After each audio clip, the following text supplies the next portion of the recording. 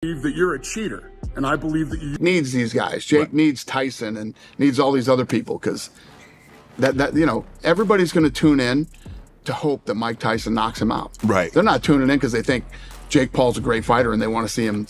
Dana White completely tore apart the whole idea of a Mike Tyson versus Jake Paul boxing match. And honestly, it's hard to disagree with him. Jake Paul was never in it for the real blood, sweat, and bruises of a genuine boxing fight. From the very beginning, his strategy was all about chasing fame and stacking up cash, not by knocking opponents out, but by mining endless content gold on YouTube. And that thing that you came out with today, nobody on earth thinks that you really wrote that. You're too stupid. And for those of you that don't know, if you've ever watched one of his fights and you see when they do the stare down, the guy that's Tyson's wild promos and intense face-off clips weren't just extras, they were the whole show. The guy knows exactly how to ride the hype train all the way to the bank. And as they say, once a YouTuber, always a YouTuber. Dana White didn't just call out Jake for chasing fame. He dug up a ton of alleged shady business that made the whole thing feel like a courtroom drama. By the time he was done, even I found more reasons to dislike Jake Paul than I ever expected. Stupid. And for those of you that don't know, if you've ever watched one of his fights and you see when they do the stare down, the guy that's standing in the middle with the warlock nose and the big warlock wart on his face, apparently that's his manager. And that guy used to be an accountant for me. And let's just say this, he no longer works for me, and I think he's a scumbag. In classic Dana White no-nonsense, zero-bullshit fashion, he's completely demolishing Jake Paul, calling him one of the biggest frauds to ever enter the fight sports scene. But Dana isn't just tossing insults for the sake of it. He's accusing Jake of using steroids and writing off his entire boxing career as nothing more than a series of gimmicky, stacked matchups. I didn't even know the guy was fighting. When Jake Paul lost to Fury, I haven't really paid attention to Jake Paul. I have love for Jake too. And before anyone tries to dismiss Dana's words, let's remember, this is the guy who transformed the UFC from a backyard brawl into a global multi-billion-dollar empire. His expertise in the fight game isn't up for debate. When Dana speaks, even the loudest skeptics have no choice but to sit down and listen, because he knows exactly what he's talking about. You think that you can do it better than we do. We're doing this whole thing wrong. You could treat the fighters better than we do. Knock yourself out. Go start your own business. It's easy to do. Get the Warlock on it. The Warlock can get it started for you. What you and the Warlock should be focused on is your business. But Dana's fury goes way beyond personal beef with Jake. It's deeper, like a rage born from seeing the sport he built get disrespected. He believes Jake is twisting boxing into a cheap spectacle, all for clicks and cash. And to make matters worse, Dana targets Jake's manager, sarcastically dubbing him the Warlock. Apparently, this guy used to be an accountant for the UFC, but couldn't cut it there. Now, in Dana's words, he's been downgraded to Jake Paul's errand boy. Dana paints him as a cautionary tale, a former number cruncher scrambling to stay relevant by riding the coattails of Jake's social media circus. The whole thing oozes with mockery, and Dana doesn't hold back in showing just how far this Warlock has fallen from any shred of respectability. He fights older people that are smaller. It's all the same. And if you think Dana's trash talk ends there, buckle up. He cranks it up like only a true fight promoter can. Dana throws down a challenge to Jake Paul that goes far beyond words. He demands a steroid testing showdown, claiming Jake's biceps aren't exactly the result of good old-fashioned hard work and protein shakes. Not stopping there, Dana wants random drug tests for Jake. And to prove he's got nothing to hide, he even offers a bold deal. He'll submit to random cocaine tests for 10 years.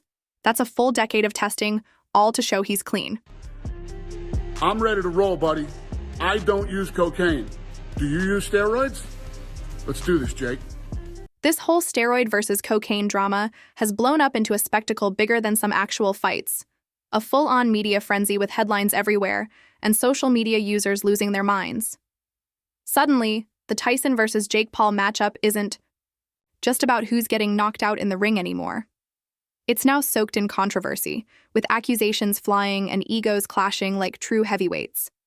Dana's challenge isn't just spicy trash talk, it's a battle cry demanding Jake Paul prove he's not all smoke and mirrors. The hype has shifted from punch predictions to wild steroid accusations, making this showdown way more explosive than anyone expected. Jake, you never responded to the challenge. You publicly stated that I use cocaine. I do not. So I told you you could randomly cocaine test me for the next 10 years. I believe that you're a cheater, and I believe that you use steroids. So I want to randomly steroid test you. Jake Paul's never been one to shy away from a heated debate, especially when it means stirring up drama. And with this whole fighter pay crusade, he's leaning in hard, painting himself as the noble warrior standing up for underpaid MMA fighters. The guy who made his name pulling pranks and causing chaos on YouTube is now acting like the Robin Hood of the fight world. He loves dropping attention-grabbing numbers like $600,000, which he claims is the average payday for top-tier UFC heavyweights, and then hitting you with the jaw-dropping $30 million that heavyweight boxing champs reportedly earn. According to Jake, it's a huge injustice, and naturally he positions himself as the only hero bold enough to call it out. But let's be real, Dana White isn't buying any of it. He's firing back with sarcasm so sharp it could cut glass. Dana openly mocks Jake's supposed understanding of fighter pay and the business side of things. It's almost comical. Do you think he's not paying fighters fairly? It's all greed and it's all going to fill Dana White's pockets. Dana White blasted Jake Paul for accusing him of using cocaine, so White had— Dana, the mastermind who turned the UFC into a global powerhouse, isn't about to sit quietly while a YouTuber lectures him about finances. Nope. Dana lays it out straight, telling Jake that if he really thinks he's so clever, should stop whining and start his own MMA organization. He even throws down a sarcastic challenge, with that classic eye-roll tone that says, yeah, right, like it's that easy. It's basically Dana daring Jake to put his millions where his mouth is and find out just how brutal running a fight promotion really is. He didn't even know half the guys' fucking names on the card. And the list goes on and on with that guy. Khabib, he retired. Do you think there's ever a chance that Khabib would come back and fight? Is there a number that you can say, Khabib, we got 20 million, we got 25 million? I threw the numbers at him, trust me. This isn't just playground banter. It's a clash between two completely different worlds. On one side, you have Dana White, the man who built the UFC into the gold standard of mixed martial arts, working with true legends like Khabib Nurmagomedov, who left the sport undefeated and untouchable. On the other side, there's Jake Paul, whose entire combat sports career is basically a string of viral marketing stunts against retired, and often smaller, MMA stars. Jake tries to paint Dana as a greedy tycoon cashing in on the sacrifices of underpaid fighters, but Dana sees right through the act. He calls Jake out as a self-serving fraud who only pretends to care about fighter welfare when it fits his brand. He's making money. If you can... you making real money, Dana, or are you making... I don't know. That I don't know. I don't know what he's really making. And let's talk about Jake's so-called crusade for fighter pay. It gets even more laughable when you look at his own fight history. He's made millions boxing guys like Tyron Woodley and Ben Askren, fighters who are retired past their prime and much smaller than Jake. Meanwhile, Jake keeps bragging about his earnings like that somehow makes him a champion of justice. Dana finds it downright ridiculous. And honestly, it does come across as pretty hypocritical. If Jake really wanted to make a difference, he'd probably be doing a lot more than just talking. And was also considered a boxer, and he lost. So if you can keep fighting fucking 50-something-year-olds... You don't think Tyson has a chance? And making a living at it. I think that Mike Tyson has a puncher's chance against anybody. With the added spectacle of Jake Paul versus Mike Tyson, things just got even messier. Mike Tyson is a living legend, no doubt, but he's also pushing 60. He's not the unstoppable force who could knock someone out in seconds anymore. And yet here he is, set to face off against Jake, a guy almost 3 decades younger. That age gap is almost insulting. Critics like Bernard Hopkins aren't holding back either. Hopkins, who knows a thing or two about longevity in boxing, says Jake and Tyson shouldn't even be mentioned in the same conversation. Hey, guys that box for a living and guys that are your age. How about that? He says he wants to fight Canelo. I'm just saying what he... hear you. Then why is he not fighting Canelo? Canelo, I don't think Canelo wants to waste his time. Yeah.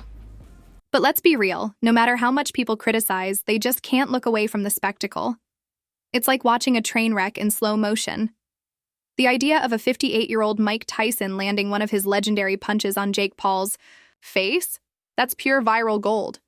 Former UFC fighter Brendan Schaub breaks down the possibilities. If Jake knocks out Tyson, everyone will call him a bully for beating up an old man. If Tyson knocks out Jake, it's game over for Jake's boxing credibility. The worst-case scenario? A boring decision win that leaves everyone, even Netflix, wishing they'd invested their money elsewhere. Jake's preparation is making waves. 2. He's bulked up, moved up to heavyweight, and is trying to look like a serious contender. But critics, led by Dana White, aren't buying it. Dana believes Jake's game is rigged, always fighting retired or undersized opponents. Even with all his muscle gains and Instagram-worthy workouts, people still wonder if Jake can actually handle Tyson, even an older version. Or is this just another chapter in Jake's endless quest to stay relevant and keep the cash flowing? At the end of the day, this isn't just a fight. It's a battle over what respect in the sport really means. Jake Paul tries to wear the mantle of a crusader for fighters' rights, but his actions tell a very different story. Dana White isn't letting that slide, calling out every contradiction and exposing Jake as someone who cares more about his brand than the sport he claims to defend. This saga isn't just about fists flying. It's a war of words, egos, and reputations.